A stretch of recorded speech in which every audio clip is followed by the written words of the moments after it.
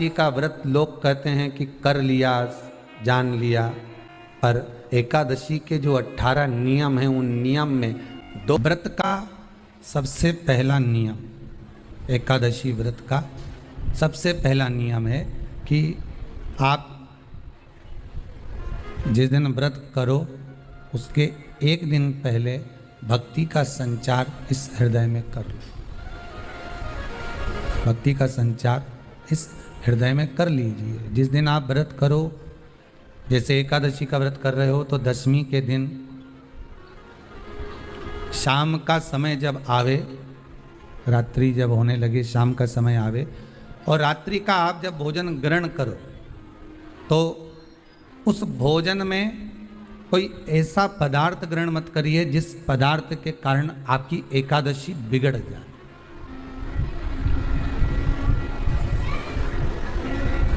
कोई बेकार भोजन हमें ग्रहण नहीं करना, श्रेष्ठ भोजन ग्रहण करिए दशमी। और एकादशी का दूसरा नियम बहुत ध्यान से सुनिएगा। जिस दिन आपकी एकादशी का व्रत हो उस दिन प्रयास करिएगा कि अपने हाथ से किसी भी वृक्ष की कोई पत्ती टूटे ना। अपने हाथ से किसी भी वृक्ष की, पौधे की, किसी भी वृक्ष की पत्ती अपने हाथ से ना टूटे। बहुत ध्यान दीजिएगा महाराज। एकादशी का ये दूसरा नियम है कि अपने हाथ से किसी पौधे की, किसी वृक्ष की, किसी डाली की कोई पत्ती टूटे ना। कितना सुंदर व्याख्यान कहा है, कितना सुंदर वर्णन है महाराज कि मात्र एकादशी का व्रत कर लेने पर, मात्र एकादशी का व्रत कर लेने पर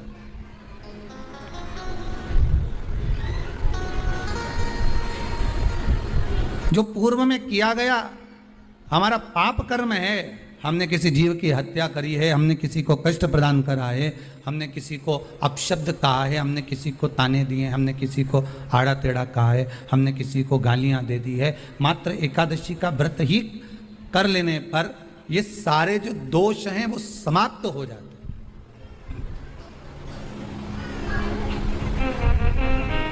सारे दोष हमारे समाप्ति पर आ जाते हैं।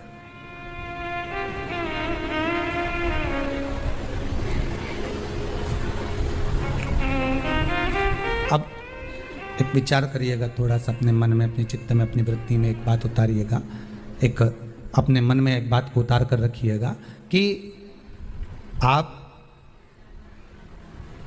अपने पाप को, अपने पाप कर्म को जिस दिन छिन्न करने वाले हो, समाप्त करने वाले हो, अपने पाप को आप जिस दिन समाप्ति पर लेकर जा रहे हो तो उसके एक दिन पहले आपको प्रसन्नता होना चाहिए कि नहीं होना चाहिए कि कल मेरा पाप कटने वाला है, कल मेरा पाप समाप्त होने वाला। जो मैंने पाप कर्म करा है वो समाप्त होगा, जो मैंने पाप कर्म करा है वो कल समाप्त हो जाएगा। तो एक दिन पहले आपके चेहरे पर प्रसन्नता हो कि ना हो?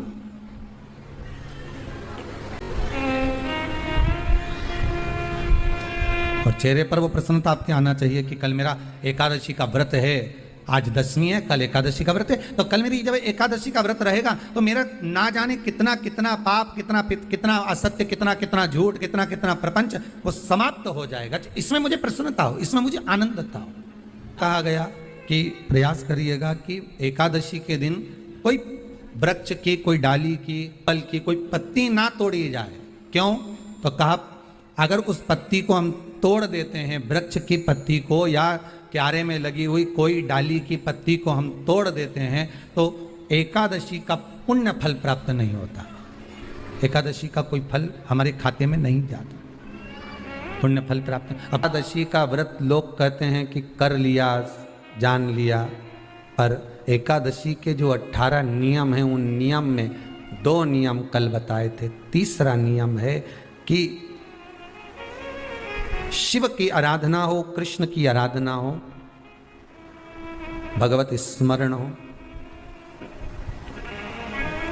दशमी, 11 और द्वादशी, दशमी, एकादशी और द्वादशी। एकादशी का व्रत दशमी की रात्रि को जो आप भोजन करें वो सात्विक करें।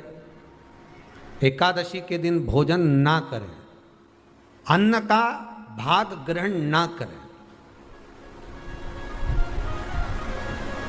अन्न का भाग ग्रहण ना करें।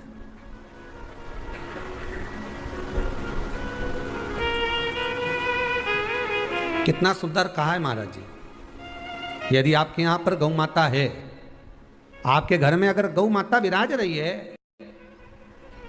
आपके घर में अगर गौ माता है, गाय की अगर आप सेवा कर रहे हैं, अच्छा गाय की सेवा भी बहुत बहुत कम लोग करते हैं। कई घरों में कुत्ता तो मिल जाए पर गौ माता नहीं मिले हो, और कुत्ता घुमाए नहीं जब आधी आधी ऐसी ऐसी चड्डा पहन पहन के, तो ऐसी शान दिखाए कि हमारे बराबर कोई वीआईपी नहीं, कुत्ता घुमा रहे हैं, और वीआईपी इतना कि हमारे बराबर कोई नहीं। और कहीं का गाय के बछड़े को घुमाए तो लोग के गंवा रहे। कितना सुंदर लिखा है धेनु मानस में, गीता प्रेस गोरखपुर की गौ अंक को निकालकर पढ़िए कल्याण का, उसमें लिखा है ब्रह्म मुहूर्त में सुबह के समय पर गाय की पूंछ को पकड़कर या गाय की रस्सी को पकड़कर जो 2 कदम भी चल लेता है, उसके लिए भगवान विष्णु बैकुंठ का मार्ग और कुबेर का मार्ग प्रशस्त कर कर खोल देता। जरा पढ़िए धेनु मानस को पढ़िए, गौ अंक पढ़िए, गीता प्रेस गोरखपुर का कल्याण का अंक निकाल कर पढ़िए कि गाय का मात्र रस्सी पकड़कर 2 कदम चलने वाले के लिए मार्ग प्रशस्त हो जाता है। पर वो कुत्ता घुमाए तो वीआईपी, और तुम गाय घुमाओ तो ये तो गवार है, इनमें तो अक्कल ही नहीं। बता कई घुमाए।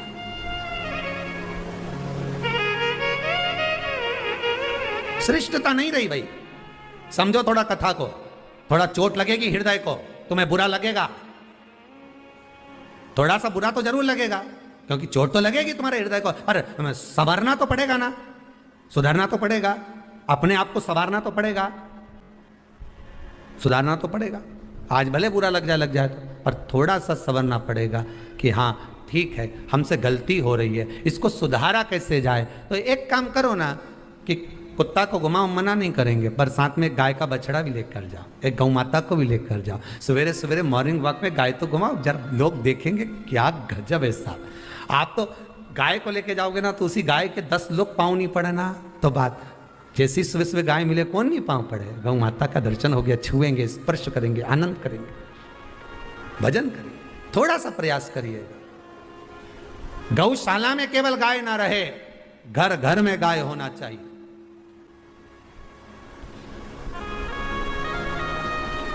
यहां पर तीसरे नंबर का जो, चौथे नंबर का जो उपाय बताया है, उपवास करने का जो नियम बताया, उसमें वर्णन किया एकादशी के दिन अगर आपका व्रत है तो आप भूलवश भी डब्बे में रखी हुई रोटी गाय को ना देते हुए कुछ थोड़ा सा फलहार, कोई केला, कोई सेब, जो आप खाते हो, अंगूर, पपीता, जो आप ग्रहण कर रहे हो, उसका थोड़ा सा भाग आप गाय को प्रदान करो, थोड़ा सा भाग आप गौ माता को प्रदान करो, थोड़ा सा।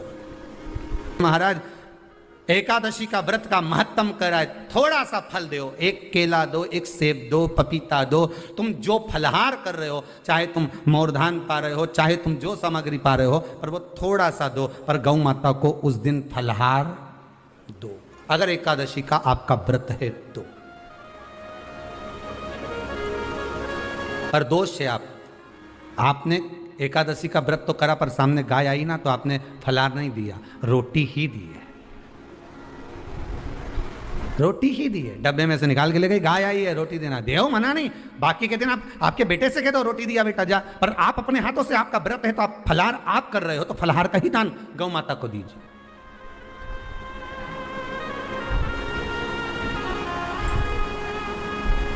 बच्चों से कह दो, जाओ सेवक से कह दो, जाओ जरा देख के आओ रोटी, पर आप फल का दान दीजिए। महाराज 5वां वर्णन किया चतुर्थ भाव में, बन सके जितना एकादशी के दिन भगवान का ओम नमो भगवते वासुदेवाय का जाप करें, या अपने गुरु मंत्र का स्मरण करें, या जो मंत्र आपके हृदय में समाहित हो, श्री शिवाय नमस्तुभ्यम, ओम नमः शिवाय, राम कृष्ण शिव, जो मन पड़े उसका भजन करें, पर दिल से करें, जितनी देर करते बने उतना देर करें। माला पकड़ने की भी जरूरत नहीं कि माला पकड़ के बैठता हूं तो घट की जिब्या से जप लो नहीं जी, वही उतना में ही पूरा हो जाए, वही बहुत है।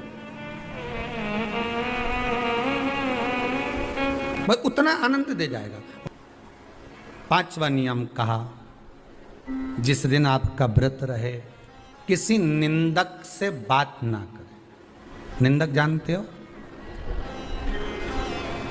भाई दूज के दिन, दिवाली की जो भाई दूज होती है ना, होली दिवाली की जो दूज होती है, उनमें ऐसा गोबर का भाई दूज बनाते हैं और पास में एक चुगलखोर भी बना है और चुगलखोर के ऊपर ऐसा भाटा धर दे, एक पत्थर। अब तुम्हारे उधर रखे कि नहीं रखे हमें नहीं मालूम रहे हो, जितने आस्था पे सुन रहे हो, पर हमारे इधर तो ऐसा रहता है, गोबर का भाई बहन बनाए और उसकी पूजन करे, उसके पास में एक गोबर का चुगल चोर भी बनाए, उसके ऊपर भाटा धर दे। कथा कह रही है, कथा वर्णन कर रही है, निंदक से बात ना करें। मान लो किसी ने आकर आपको निंदा कर भी दी तो तुरंत सूर्य नारायण भगवान का दर्शन करें और 3 बार उनका दर्शन कर कर नेत्र बंद करें, तब जाकर वो निंदा जो अंदर गई है अंदर पवित्रता प्रदान करेगी, तब जाकर एकादशी का व्रत लगेगा। पहले तो प्रयास करो, अगर जो निंदा करने आता है ना तो उसको उस दिन एकादशी वाले दिन दरवाजे पे लिख दो कि चुगल चोट्टा उन अंदर नहीं आए। नहीं कि अंदर है कितना, तो तुम दरवाजे पे लिख दो कि निंदा करने वाला चुगल चोट्टा, आज एकादशी का दिन है, हमारी मम्मी का एकादशी का व्रत है, एक इतना बड़ा कंप्यूटर से निकालो, एकादशी के दिन सेलो टेप लगा के चिपका दो, चुगल चोट्टा उन अंदर नहीं आए, आज हमारा एकादशी का व्रत है। कुछ बिगड़ेगा क्या? दरवाजा अपना, घर अपना, और जिसके बुरा लगे बाहर जाओ, मत। पर निंदक का अगर मुख देखो तो सूर्य का दर्शन, एकादशी के अंतर्गत वर्णन किया, व्रत के नियम 18, उसमें से एक नियम। फिर कहा जीव की हत्या ना करे, अगला नियम है, अपने द्वारा जीव की हत्या ना हो, प्रयास करना, किसी को कष्ट ना हो।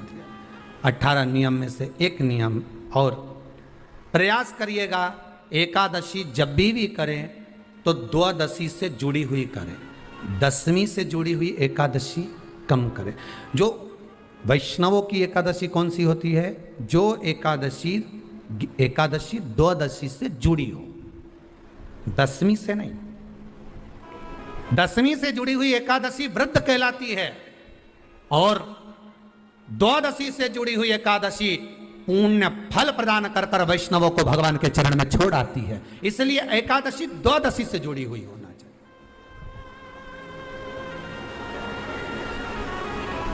अब कई लोग क्या करते हैं, जो 10वीं से जुड़ी हुई एकादशी रहती है ना, वो उसको करते, पर वैष्णवों की जो एकादशी मान्य है, वैष्णव धर्म की जो एकादशी होती है वो द्वादशी से जुड़ी हुई होती है, वो 12 से जुड़ी हुई, द्वादशी से जुड़ी हुई होना चाहिए महाराज। तो वो वैष्णव जो एकादशी होती है, वैष्णवों की एकादशी होती है, वो द्वादशी से जुड़ी हुई पूर्णता का सुख देने वाली होती है। हमें घटने के साथ नहीं चलना, ध्यान दीजिएगा, हमें किसके साथ चलना है?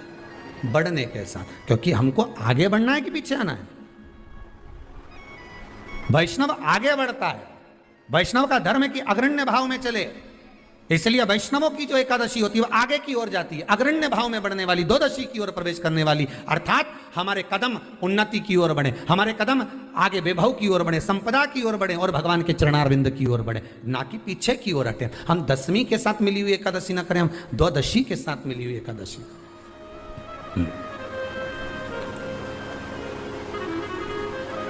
वैष्णव एकादशी। फिर अगला वर्णन किया गया महाराज, शास्त्र कहता है, अगला वर्णन जो किया गया उसमें बताया,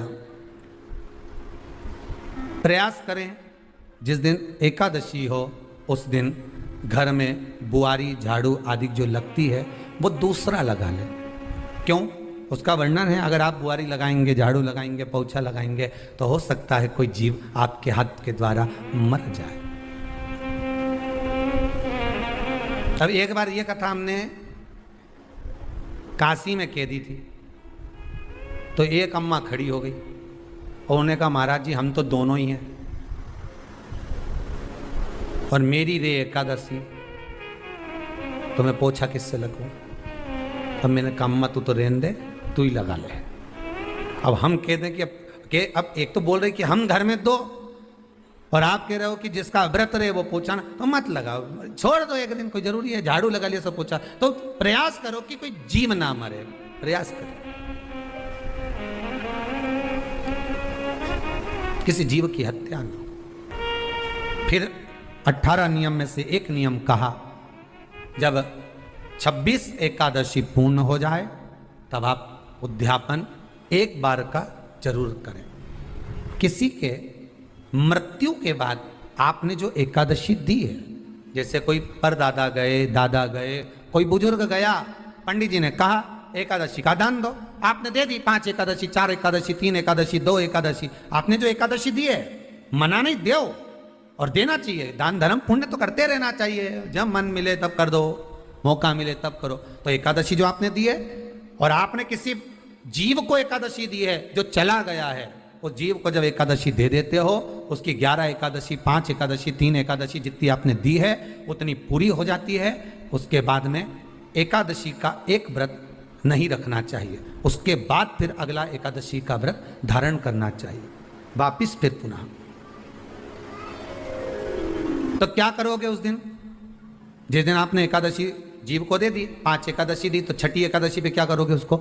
ये नहीं कि आपको अन्न खाना है, आपको व्रत नहीं रखना, पर आपको अन्न का सेवन नहीं करना। उस दिन दूध की सामग्री, कोई फ्रूट्स, कोई फल आपको उस दिन ग्रहण कर लेना, पर आपको ये नहीं करना है कि हमने तो एकादशी करी ही नहीं है आज, तो हम अन्न खा लेंगे। नहीं, कथा में वर्णन आया था, कल कथा में कहा था, मुर को जब मारने का समय आया, पाप सामने आ गया, भगवान ने उस पाप को किस में ले जाकर छोड़ा? पाप पुरुष को अन्न के भीतर। पाप पुरुष कहाँ गया? अन्न के भीतर। एकादशी के दिन एक दिन पाप पुरुष अन्न के भीतर रहता। एकादशी का अगला वर्णन ध्यान से सुनिएगा। मान लो आपने एकादशी का उद्यापन में बाद में करूं नहीं करूं, श्वास का कोई भरोसा है? बोलो तो, है क्या कोई भरोसा? नहीं। श्वास रुक जाएगी चलते चलते, क्षमा बुझ जाएगी जलते जलते, दम निकल जाएगा रोशनी का, क्या भरोसा है इस जिंदगी का? कोई भरोसा है कि आप 26 एकादशी पूरी कर पाओगे? नहीं, किसी ने देखा हो तो बात दूसरी। एक बार वो युधिष्ठिर के सामने कोई मांगने के लिए, एक दरवाजे पर कोई दान मांगने के लिए आ गया युधिष्ठिर के पास, और युधिष्ठिर ने कह दिया, महाराजा युधिष्ठिर बोले कल आकर ले जाना, कल आओ ले जाओ। भीम ने एक ढोल उठाया और बजाना प्रारंभ करा, और साहब बजाया कि सारे लोग इकट्ठे हो गए। सबने पूछा हुआ क्या भीम, कौन सी खुशी की बात है, बात क्या है? तो भीम बोले मेरे भैया ने काल को जीत लिया। काल को जीत लिया मतलब मेरे भैया बोले कि कल आ जाना, हम तुमको दान दे देंगे। मतलब मेरे भैया जानते हैं कि कल तक मरेंगे नहीं, प्राण नहीं छूटेगा, मतलब इन्हें काल को जीता। ये समझ वाली बात है। आप हो, हम हो, कोई भी संसार का मनुष्य काल को नहीं जीता। जन्म मरण परण तीन भगवान के हाथ में है। जन्म मरण परण तीन शिव के हाथ है, मेरे भगवान के हाथ में। तीन भगवान के पास में है, तीन वो भगवान के पास रहेगा। कोई कितना ही करे, ना आपका ना हमारा, क्या भरोसा है इस जिंदगी का? है कल नहीं, क्या भरोसा? तो फिर मान लो हमने 7 एकादशी का व्रत कर लिया और उद्यापन नहीं कर पाए, 26 का इंतजार कर रहे थे और उससे पहले निपट गए, तो फिर उद्यापन ऊपर करोगे? अरे बोलो तो सही, उद्यापन कहां करोगे? सारे व्रतों में केवल एक व्रत ऐसा होता है एकादशी का, जिसका उद्यापन पहली एकादशी पर भी कर सकते हो। सारे उद्यापन में केवल एक उद्यापन ऐसा होता है, सारे व्रतों में एक व्रत का उद्यापन ऐसा होता है, वो है एकादशी का। ये जरूरी नहीं कि 26 पूरी होगी तभी तुम करोगे, या तो पहली में ही कर लो या फिर 26 पूरी हो तब कर। पर उद्यापन अगर तुमको ऐसा लगे कि हाँ मैं अभी तो जीऊंगी हो, अभी तुम्हारा बाल भी धोला नहीं हुआ, तुमको ऐसा लगे तो अभी तो मैं तो बढ़िया, तो फिर फिर भले मत करो। पर एकादशी का नियम कह रहा है, एकादशी का यहाँ 18 नियम में से एक नियम कह रहा है कि एकादशी का उद्यापन पहली एकादशी पर भी हो सकता है, पहली पर भी कर सकते हैं, तुम्हारा मन पड़े तब। क्यों? तो पहली पर करने से क्या फल मिलेगा? तो एकादशी की नियमावली कहती है, अगर मान लो आपने पहली एकादशी पर भी उद्यापन कर लिया, इसके बाद में जितनी एकादशी करोगे वो सारी तुम्हारे खाते में जुड़ती जाएगी। मतलब बैंक में खाता खोल लो, ठीक है, खाता खोल लिया, अब जितना कमाता जाओगे उसमें डालते जाओ, जितनी कमाई करके लाओगे उसमें जमा करते जाओ। एकादशी एक बार उद्यापन पहले में भी हो गया तो बाकी का पुण्य तुम्हारे खाते में आ जाएगा, उसका पुण्य। एकादशी का उद्यापन बड़े महीने में माघ शुक्ल एकादशी के दिन, माघ का महीना हो, शुक्ल पक्ष की, जम के बोलिए, एकादशी हो, प्रयास करना कि आप उद्यापन करें, भले 5, 10, 11, 12 जितनी एकादशी हो जाए, 26 हो जाए तो ज़्यादा अच्छी है, नहीं तो आप करें तो माघ महीने की शुक्ल पक्ष की एकादशी के दिन आप उद्यापन करें, प्रयासरत करें, प्रयास करें। बड़े महीने के अंतर्गत जो उद्यापन, हाँ चतुर्मास के अंतर्गत उद्यापन नहीं होता एकादशी का, बहुत ध्यान दीजिए हमारा। ये जो सावन भादो कुंवर कार्तिक जो 4 महीना होते हैं भगवान के शयन करने के, इसके अंतर्गत एकादशी का उद्यापन नहीं होता, और इसके अंतर्गत उद्यापन करना भी नहीं चाहिए एकादशी हमारा। एकादशी का उद्यापन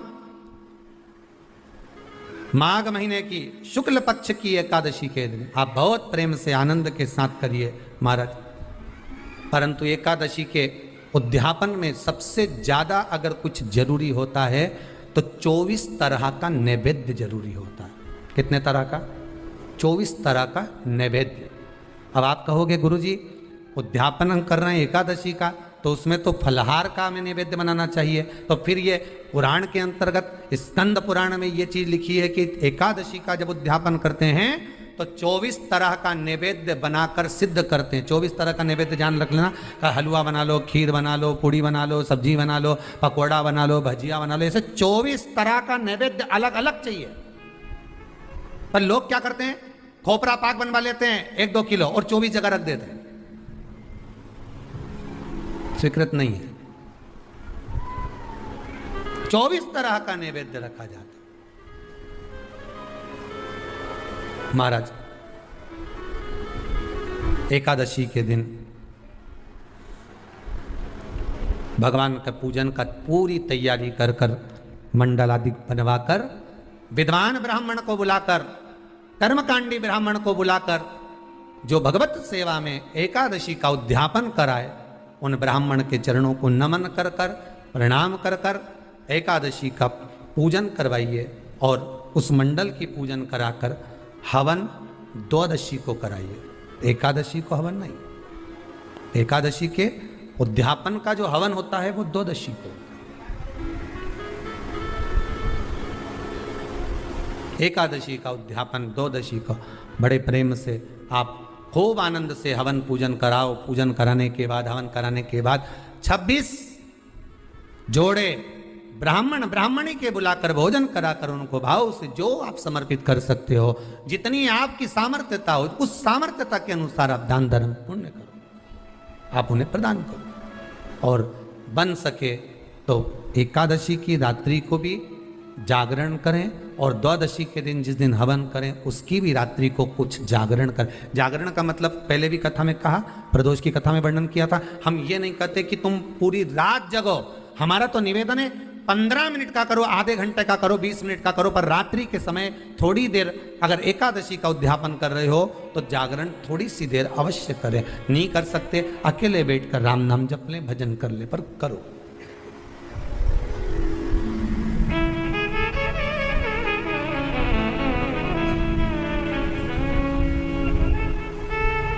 भगवान का भजन करो, किसी भी रूप में करो।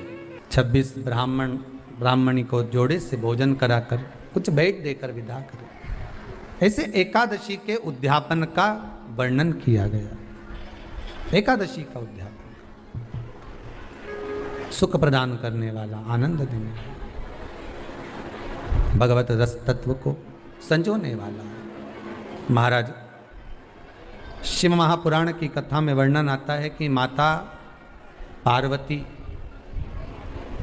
जितने व्रतों को धारण करती हैं, माता जितने व्रतों को भगवान शिव के लिए जितने व्रत करती हैं माँ, सारे व्रत भगवान शंकर स्वीकार करते हैं।